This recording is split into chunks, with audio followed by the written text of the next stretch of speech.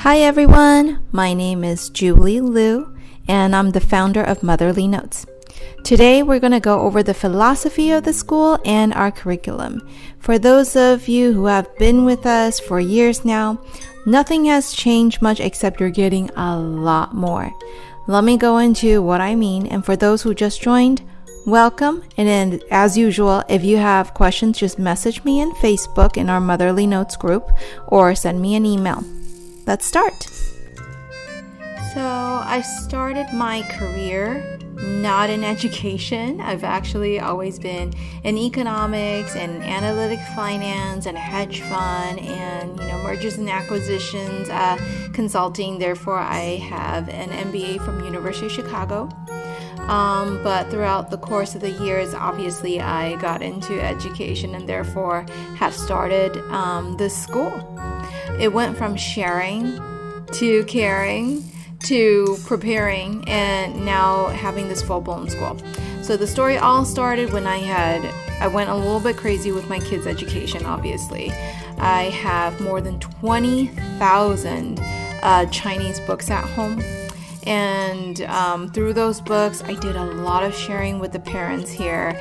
And a lot of you have seen all my book reviews, all the hundreds of videos, all the hundreds of posts, and was a little bit overwhelmed. But, like my personality, I love to give choices, right? So after we started Motherly Notes and teaching, after thousands of hours of teaching, and I launched this 100-hour teacher training program. So all the teachers here are trained to know American humor and global humor, actually, so that because we have students from all over the globe, so that your kids don't get bored here. We are a very different type of program, and I think you will feel that once you start classes with us. And as always, we do continuous research for the optimum curriculum. And I think you will know this once I start explaining about the classes. So let's go to the next slide. Through our experience, we have published quite a bit of books. So our books range from essay books to how to memorize your first 1,000 Chinese character books to our most recent one. It's called Beginner Conversations. And you'll see with our books, it's a little bit quirky. Why? Because, we're different. We like to add humor in there. We like to help kids. We like to help teenagers, feel that Chinese is fun. They want to do it. And then our global focus shows us that why be so serious? Chinese is a fun language. Let's do this. And obviously, we like to think that we have the most adorable native pro teachers in the world. So who is our program for? Our teachers are hired directly from Taiwan. Most of them reside actually in Taiwan, for the exception probably of one at the time of this presentation. But they are all Taiwan trained. Most of them know no English, so it's full Chinese immersion. Now, our program is for those who want a full curriculum. So you want to start and then finish like a native speaker. Like you want to do everything with us, and that is what we're prepared for. We're also prepared for if you want to just supplement with a couple of our classes, since maybe you do Chinese at home and you want your child to have some fun, or your kid wants to have some fun and have some friends who speak Chinese, or maybe you live in a very remote area, or a lot of our friends from Hong Kong say they don't get a chance to speak Mandarin. So they come, they speak to us, we teach them speech and essay and read comics, we have fun together. And then third of all, we have a lot of homeschoolers with us who again wants the full curriculum. Our curriculum is definitely very, very advanced because it is geared towards native fluency. So a lot of the children here have families who are native. So you'll find a lot of children who are already speaking pretty well. Some of those are trained here, and some of those are, trained at home conversationally wise, and then they come for character recognition and reading. So we have kids from all over the spectrum in Chinese learning. What's most important is that now we're able to accommodate true beginners. So we'll take them from 0 to hero throughout the course of the program. So we're very excited for that. So this is the philosophy of our school. It's actually quite simple, but yet nobody really does it right unless if you're really committed. So one of the key things to learning a language is developing that relevance for your child. Like they can have kitchen Chinese, but then when they go to school and then they're learning stuff in English, they're like, wait, how do I say isosceles triangle in Chinese? I don't know. And or how to say science terms, right? So over time, they get more and more like disconnected and lose that relevance. So then your Chinese fails, right? The second thing is your environment, your social environment. If you're the only one speaking Chinese, a lot of children feel very much like it's not useful to me at all. None of my friends speak Chinese. So we provide that environment. This is why sometimes I have to close classes, yes, when we do not have enough for like a special class that semester, because I really care about the environment. One-to-one is not necessarily the best, and you will see why. Because the social environment is so important for kids to feel that, hey, Chinese is useful. Look at how many people are out there, and they're all speaking in Chinese, you know? And the third is interest. So you and I, as parents, as educators or brothers, sisters, I don't know, grandparents, we don't do anything we like to do we don't do anything if we're not interested in it, given a choice. So here in the States or around the globe, as long as you're not in China or Taiwan or anywhere where that, the public school system utilizes Chinese, Chinese is not required. So therefore, the interest is really important. This is where we come in and pick the best books, the best comics, and who picks it? I do. And I understand kids so well. I get them so hooked that they develop this love for Chinese and reading crazy things in Chinese. And then the last is obviously what everybody tries to focus on without the other three is foundations. Foundations obviously is very, very important. And the thing is though, you cannot just do foundations, because what does it become? It becomes Chinese as a second language. And what does that become? That becomes nothing after a few years if they don't use it.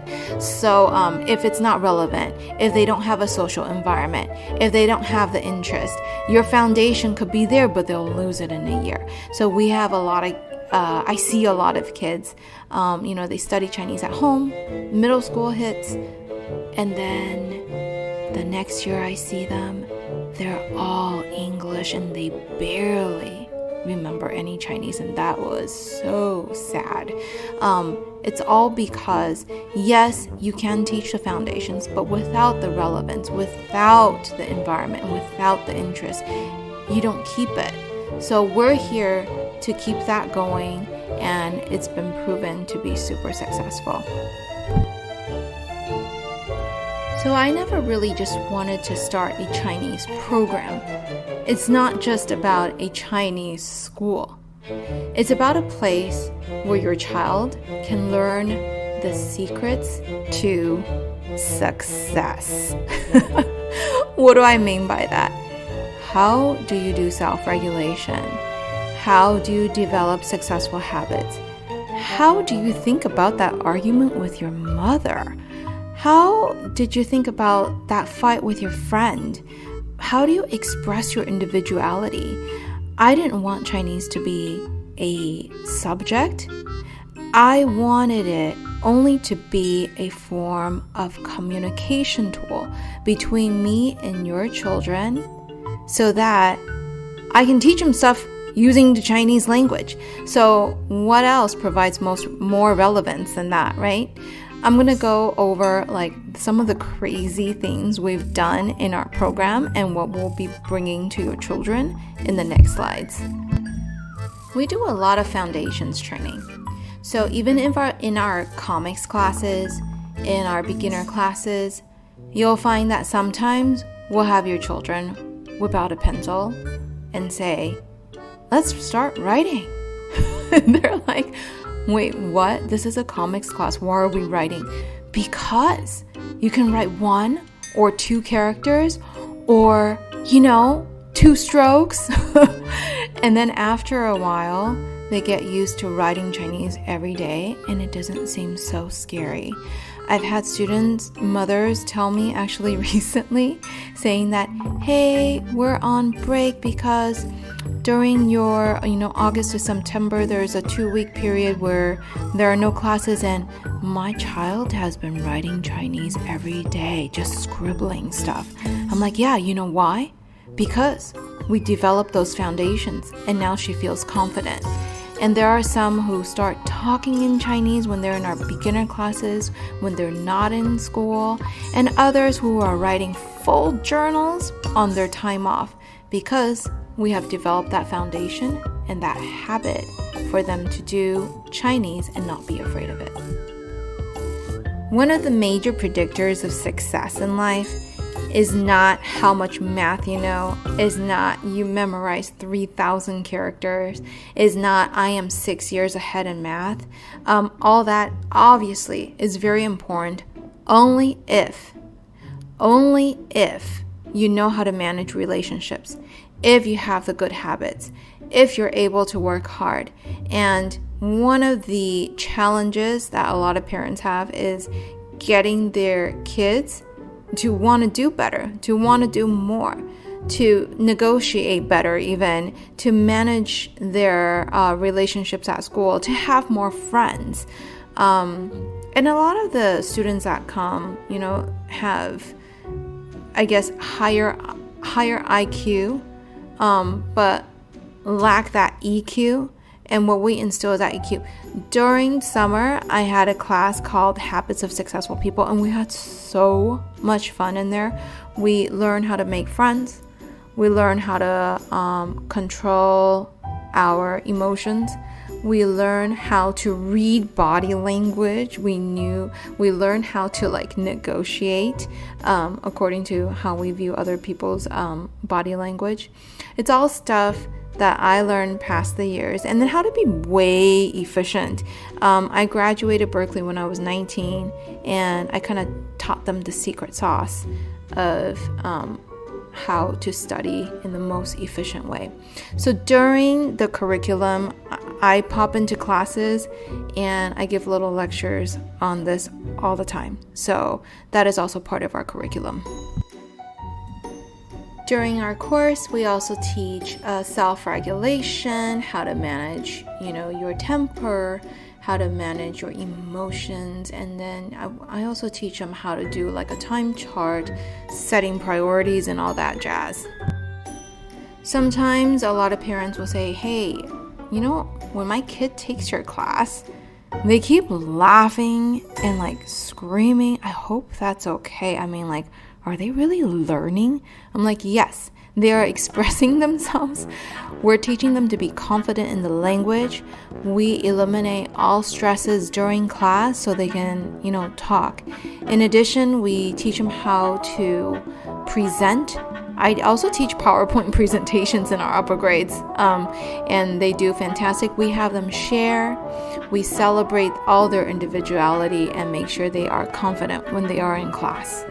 Those that are shy and that don't talk when they come now will not stop talking. So don't worry.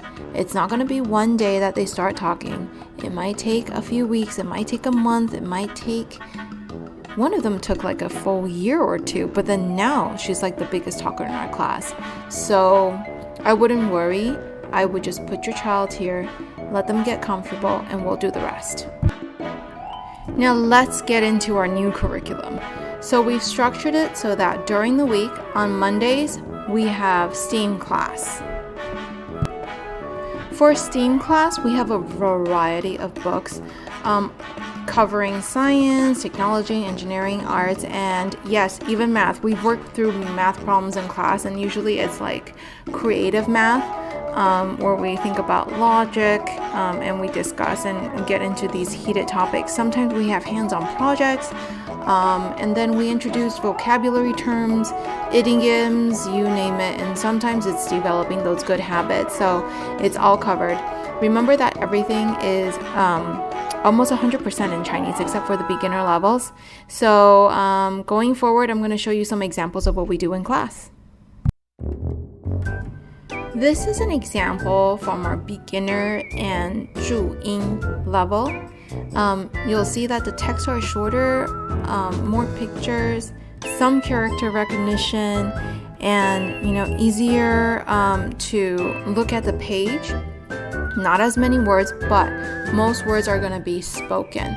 So at this level, we're concentrating on the listening comprehension, character recognition, and being able to read a little bit with 注音. So the 注音 level courses will require them to use 注音 to read. Little by little, they will read longer sentences. The beginner level will focus on vocabulary and sentence structure and beginning conversations. But we always use high interest topics. It never is age specific. All the illustrations that you'll see, it's very applicable to the older child as well as the younger child. This is the text for our lower level, and you'll see this also in the literature classes. They're pretty much similar except for the topic. So in STEAM, we talk about STEAM topics. So you'll see science, you'll see culture. So you'll see that in this level, longer text, obviously, from picture books to chapter books. And sometimes we have, science comics as well. It just depends, and we variate so that your children never get bored. This is the text for the middle level, and you'll see we get into some territory of no 注音, but it's definitely teacher assisted. We just want them to start to get used to not seeing the 注音 on there, and that's more towards like later on in the year. But we have, harder text, a little bit more of the mature stuff to understand, like money management or time management all falls in here. They also start doing some presentations here, but that's in the speech and essay class, and I'll go over that in a little bit. I hope you can start to see the progression. So at our upper level, here's where we get into like deeper history. History is extremely hard to understand in Chinese because it involves so many, old language, idioms and everything. And in the upper levels, we dive deeper into, encyclopedic knowledge. So you can see the progression in the text. But again, our material is never boring. It's always a little bit crazy. We spend hours picking the material to show your children so that they don't get bored. Next up, we have Tuesdays. Tuesdays are reserved for comics, and it's also divided within levels. And my expertise is obviously picking the most educational books that are fun for your children. So comics is one of my favorite areas. Do not mistake comics for being uneducational, because nothing here is not educational and only fun in our classes. Don't tell your kids I said that. In our comics classes, we teach a lot of terms, a lot of idioms, and we do have some writing in there. But some parents don't want their kids to write, and that's fine. If they drop in for Tuesday comics and they don't want to write, that's fine. I would ask them, though, to sometimes try, and if they don't, that's fine too. Then use that time memorizing characters. So we are never just idle in our classes. If you don't want to write, that's fine. But I would expect your kids to use that time to memorize the characters that they are writing, or memorize the idioms that we went through. So there's a lot of character recognition during the comics classes as well as idioms. So do not mistake my comic classes for being just fun and not educational, because nothing is ever just fun and not educational here. All right, let's move on. So this is our beginner level comics. Sometimes we pick, comics books directly from Taiwan. Sometimes we translate text from English books and translate it into Chinese when it's appropriate. And then sometimes we take the cutest animations and then we teach to read the subtitles. So it really depends on who's in class, what's appropriate, and what we want to teach. So it always varies. It's never boring. It's always weird, funny, and educational. So kids have a blast here, and you can see why. So the beginner classes, if you are in conversation, it will kind of look like, the comics on the left. And then if you know Zhu-Ying later on, it will kind of look like the comics on the right. So what did you notice so far? What you notice is this. We spend hours each week prepping for class because we have to take each screen from an animation or from a book, blow it up, make sure that it's visible to your children. Take out the terms, define them, make it into a worksheet, put in little writing boxes, make sure that your children understand those terms. And it's hours of work per class each week. That's the kind of dedication we put. So for level 1, you're going to see the same thing except just with more words, right? But always amazing material, always very high interest.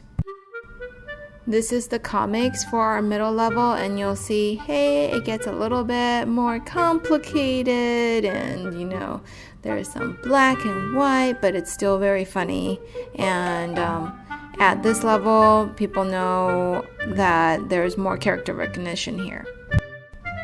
Our upper level students, again, you'll see that the comics just as funny, just as interesting, just a little bit harder.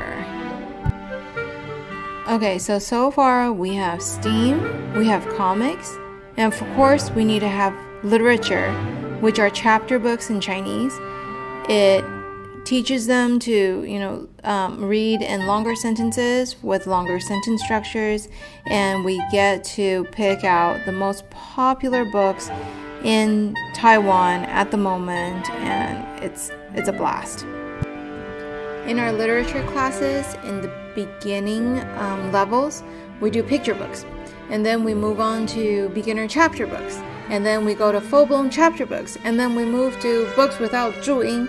And with all of these books, again, we pull out the vocabulary terms, we teach a lot of idioms, we go from, writing simple words to writing, hey, tell me what you would do if this happened. Hey, can you evaluate this text and what's the main point here?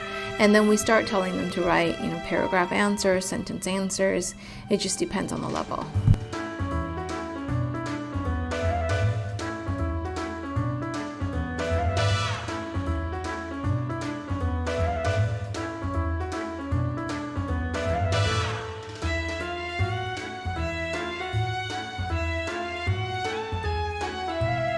Now we're at speech and essay, and most kids will be like, oh no, I hate speech and essay, except the kids here love speech and essay. Why? Because we make it so fun and interesting. The topics that we give are not like other class topics. You'll see when you get here, it's a little bit crazy. People are fighting to talk, and there's a lot of games involved, so don't ever worry about that. So speech and essay day is very level appropriate. When you are in the lower levels, you're practicing how to speak, you're expressing yourself. As you get to the middle and upper levels, we teach you PowerPoint presentations. We teach you how to speak, how to get the main idea, what to put on your slides, how to engage your audience, how to use your voice. And then we also do essay writing too. So upper levels do multi-paragraph essays, and you're going to see that. I'm going to show you a lot of samples from the different levels, and I hope that you can see the progression. So let's go. So this is beginner level in Zhuyin. As you'll see, maybe in the beginning we might do some artwork and have them express what they drew. Okay, and there might be a little bit of some words in English that they don't know, and then we explain for them what it is, and then they self-correct. And then as the time progresses, and when they're in Zhuyin and when they're in first grade or first year level, they start writing characters. You'll see more characters showing up, or like sentences showing up, and it's amazing to see. Here's lower, what we call lower level, but really you have levels 1, 2, or 3 sometimes in here. Sometimes they love the book, so then third year want to join in, like if it's Dog Man, right? Third year wants to join in. So I'm like, fine. There are a couple students that take 2 to 3 hours of classes with us every day because they love the books. I'm like, great, more exposure, the better. So you'll see a varied range of abilities in these classes. Some of them, but you'll see that our worksheets start now. They have sentence feedback. And then third graders and second year level, they start to learn how to type with us. In third year level, they get to type their answer or write their answer or use speech to give us the answer. And if you don't know how to write that, you talk to us or you record a video. So we have a lot of ways to self-express. So if you don't know how to write, don't worry about it. And then we get into a lot of the funny stuff. And here's some examples of it. Here in the essay for middle level, which is our third and fourth year, I teach them how to do PowerPoint presentations, and it's been super amazing. We had Earth Week where the kids talked about, how to save the environment, and then they, write little essays, they write little paragraphs, they present, they type out their presentations, and I teach them how to do it. So here's some examples. Whoa, okay, don't get scared. Your kid will get here. So you'll see that they do idioms bingo on the left bottom, which is pretty cool. Some of them type up amazing stories. Some of them write out entire stories every single week. Some of them went from knowing no Chinese to getting to this level. So we are very proud.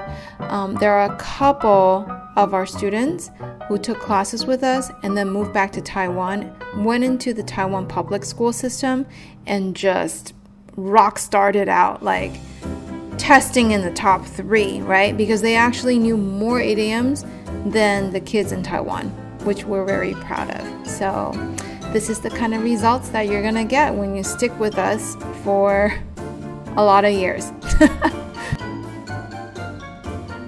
Here we are at the foundations. So this is what all parents concentrate on, and they ignore Monday to Thursday, but that is not the way to learn Chinese.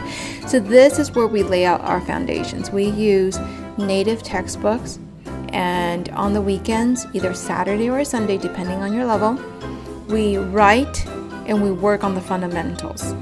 Now, if you do a lot of the entertaining stuff, like what we have done in Monday to Thursday at home or in your immersion school, and you think, yes, it's fun enough, they're interested, they love Chinese already, they just need to get really good at writing, then come to our weekend classes and you can just take that only. But I do not suggest it on its own because they will not improve. As I said before, if you do only foundations and you lack everything else, the Chinese is not going to stick and your child is going to hate it. They will absolutely hate it. Now, our Saturday and Sunday is very, very intensive. They are 2 hours on either Saturday or Sunday, and your child writes and writes and writes. Basically gets worksheet after worksheet for the 2 hours that they write together. There's very, very, very, very little homework for our weekend classes. All that we ask for is that you write the repeat vocabulary on your own during the week, because we don't want to waste time during class to write that. We want to use class time for discussion and learning vocabulary and discussing about all the important stuff, because vocab is something that you can just write at home, right? We want to talk about phrases and vocab here. So having said that, let's move on. Here's our ultimate curriculum. So I've explained all of them. So basically pick a level, and on the weekends, pick your level on the weekends. And we have a bundle. So our bundle is actually losing money right now because it is so cheap. It works out to about $9 an hour, $9 per 50-minute class.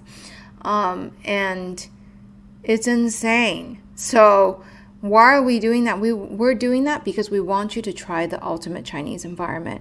We want you to try us out, see your child improve, stick with it for a month. Like, I have a lot of parents that come to me and say, oh my gosh, it's the first day, she didn't know anything, we're in the wrong level. I'm like, chill. Let's give her a chance. Just let her stay. And usually after the entire semester, they start getting really used to it. And then the Chinese comes. So I would really encourage you not to jump to conclusions. Make it stick. Language doesn't come in a day. But if you give us an entire semester and then have your child stick, it's going to happen. Because language is really easy. You expose them, they soak it all up. So just pick a bundle, do the everyday, because if you register into the everyday, you still have the video. I mean, sit them on it like Netflix is way better than Netflix, right? And during vacation, you can put them on Netflix. With the extra videos, you have a collection, a library of, comics, STEAM, literature. I mean, it's amazing. Or have them come and talk to us every single day. What you should be doing at home is exposing them to an hour of Chinese every day anyway. So we take care of that, Do the everyday bundle. It's so affordable, and it's going to do wonders. So for those of you who don't need the everyday or come every day, and your child is like, oh, we have a lot of those that are like that. They're like, we want more. Every semester, we have these crazy good elective classes. Now, at the time you're viewing this video, the electives might have changed already if it's another year, because we never repeat our electives. I have to say this again. We never repeat our electives. So therefore, if you see something that you like, take it, because we're not repeating this. Now, once the classes are over, you can buy recorded videos. Means it was recorded when we had the class, and I have a ton of kids doing that too, because it's equally as fun to watch a recorded video rather than watching nothing at all, right? But if you see something that you like, take it. We never repeat. So even if we do Dogman, we'll do another book of Dogman. Even if we do Doraemon, we will not repeat. Spy X Family is amazing, and when the new season comes out, we update it. Demon Slayer is one that is amazing for the older kid. I mean, I know how to pick the books, and usually in our classes, people are like, go faster, read more. And then when we say, oh, time's up, they're all going, no. know? And that's what I want to hear. That's what you want to hear. If they're this excited about hearing a story in Chinese, then you basically have succeeded, right? And we all want to succeed here. I want to succeed. I don't want to bore your children. I don't want to bore myself. So let's make this happen. There are always a lot of questions because everyone's situation is different. I want to say you can always message me on Facebook Messenger for the fastest response.